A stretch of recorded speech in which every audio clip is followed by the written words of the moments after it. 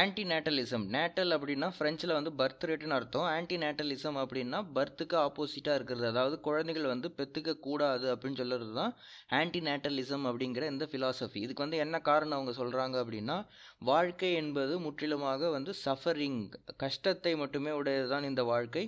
So அப்போ இந்த கஷ்டத்தில் வந்து நம்ம இருக்கிறதே வந்து தப்பு, இதில் வந்து இன்னொரு ஜீவராசியை எதுக்கு இதுக்குள்ளே கொண்டு வரணும் அப்படிங்கிறது இதோட முதல் கருத்து. ரெண்டாவது வந்து குழந்தை பெற்றுக்கிறது அப்படிங்கிறது குழந்தையோட கன்சர்ன் வந்து கொஞ்சம் கூட இல்லாமல் நம்மளா வந்து செய்கிறது. ஸோ இது வந்து ஒருத்தரோட பர்மிஷன் இல்லாமல் ஒருத்தர் வந்து ஒரு டிஃபிகல்ட்டியை ஃபேஸ் பண்ண வைக்கிறது எந்த விதத்தில் நியாயம் அப்படிங்கிறதையும் பேஸ் பண்ணி இந்த ஃபிலாசபியை வந்து ப்ரப்போஸ் பண்ணுறாங்க. இது வந்து எதை பேஸ் பண்ணி இருக்குது அப்படின்னா, வாழ்க்கை என்பது ஃபுல்லாகவே துன்பங்கள் நிறைந்தது அப்படிங்கிற கான்செப்டை பேஸ் பண்ணியிருக்கு. இந்த துன்பத்திலிருந்து வெளியே வர முடியாது, இந்த துன்பத்தை அனுபவிக்க எதுக்கு நம்ம இன்னொருத்தரையும் வந்து இந்த உலகத்துக்குள்ளே கொண்டு வரணும் அப்படிங்கிறது தான் இந்த ஃபிலாசபியோட பேசிக்காகவே இருக்குது. இப்போ பார்த்தீங்கன்னா புத்தரே என்ன சொல்லியிருக்காரு அப்படின்னா, 4 உயர் உண்மைகளில் முதல் உண்மை என்னென்னா, லைஃப் ஹேஸ் இன்னெவிட்டபிள் சஃபரிங், துக்கா அப்படின்னு சொல்லுவாங்க பாலி மொழியில். ஸோ அப்போது வாழ்க்கை என்பது துக்கத்தை உடையது அப்படிங்கிறது தான் புத்தரோட முதல் கருத்தே. அப்போ வந்து வாழ்க்கை என்பது இஸ் சஃபரிங். பகவத்கீதையில் என்ன சொல்கிறாங்கன்னா, நம்ம வந்து இந்த வாழ்க்கையிலேருந்து சஃபரிங்கை எலிமினேட் பண்ண முடியாது, கஷ்டங்கள் வந்து வாழ்க்கையில் இருந்து கொண்டு தான் இருக்கும். பட்டினத்தார் அப்படிங்கிற பெரிய ஃபிலாசபர் என்ன சொல்லியிருக்காரு அப்படின்னா, அந்த ஒரு மடமாதும் ஒருவனுமாகின்னு ஒரு ஆக்சிடென்டலாக நடக்கிறது தான் வந்து பர்த். ஒரு ப்ளஷருக்காக ஒரு மனுஷங்க வந்து குழந்தைங்களை பெற்றுக்கிறாங்களே ஒழிய, குழந்தைகள் பெற்றுக்கிறது அப்படிங்கிறது வந்து ஒரு புனிதமான செயல் வந்து கிடையாது. அது வந்து லைஃபுக்கு ஒரு மீனிங் தருமா அப்படின்னா அவர் வந்து இல்லைன்னு தான் சொல்கிறாரு. இந்த உலகம் வந்து துன்பங்கள் நிறைந்தது அப்படிங்கிறத குறிக்கும் விதமாக தான் திருவள்ளுவரும் அவ்விய நெஞ்சத்தான் ஆக்கமும் செவ்வியான் கேடும் நினைக்கப்படும் அப்படின்னு சொல்லியிருக்காரு. கெட்டவன் வந்து வாழ்வான், நல்லவன் வந்து சில சமயம் வாழாமல் போகிறதுக்குள்ள வாய்ப்பு உண்டு. அதான் அவ்விய நெஞ்சத்தான் ஆக்கமும், அது அவன் நிறைய காசு வச்சுருப்பான், இவன் காசு கம்மியாக கூட வச்சுருப்பான். அதே மாதிரி இல்லாரை எல்லாரும் எள்ளுவர், செல்வரை எல்லாரும் செய்வர் சிறப்பு.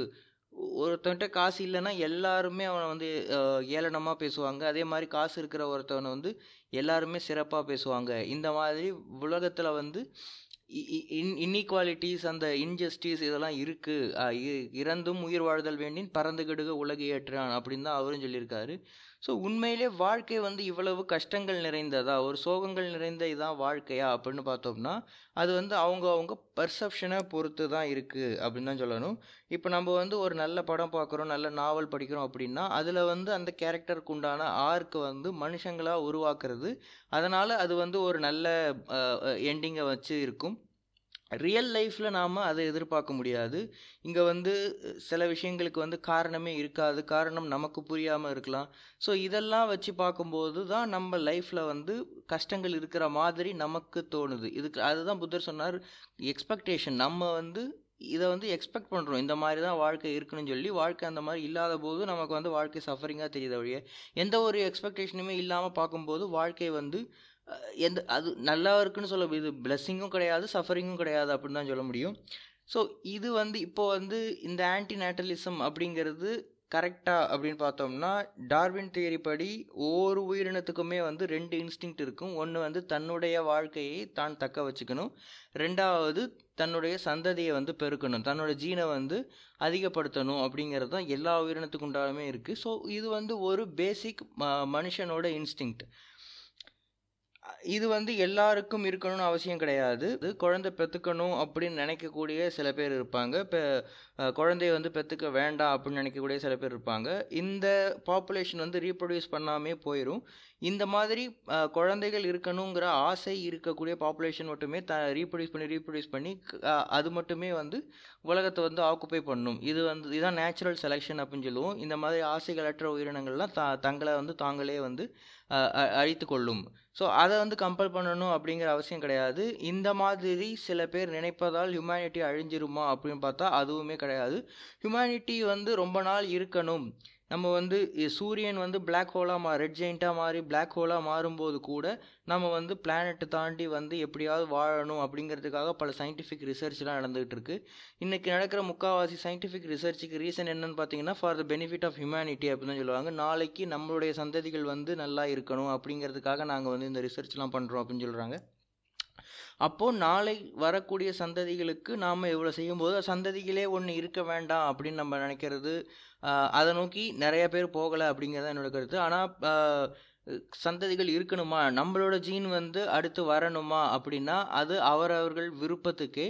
இப்போ வந்து ரிலீஜனே கூட வாழ்க்கையை வந்து சஃபரிங்னு சொல்லிச்ச ஒழிய, ஆனால் சஃபரிங்னால நம்ம வந்து குழந்தை பெற்றுக்கூடாதுனோ, நம்ம வந்து நம்ம வாழ்க்கையை முடிச்சுக்கணும் அப்படின்னும் எந்த வந்து ரிலீஜனும் சொல்கிறது கிடையாது.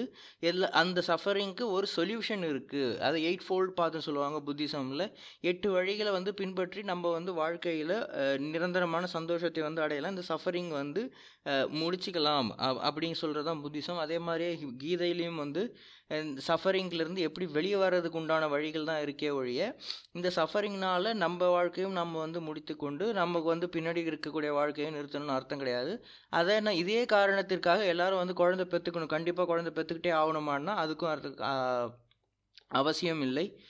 நம்ம வந்து குழந்தை பெற்றுக்கிறதும் பெற்றுக்காததும் வந்து அவரவர்கள் விருப்பம். இந்த மாதிரி குழந்தையை வந்து பெற்றுக்கிறது வந்து இன்னொரு உயிரினத்தை வந்து நம்ம இதே துன்பத்துக்குள்ளே வந்து உள்ளாக்குற ஒரு செயல், அது ஒரு பாவ செயல்னு நினைக்கிற ஃபிலாசபி பேர் தான் ஆன்டி நேட்டலிசம்.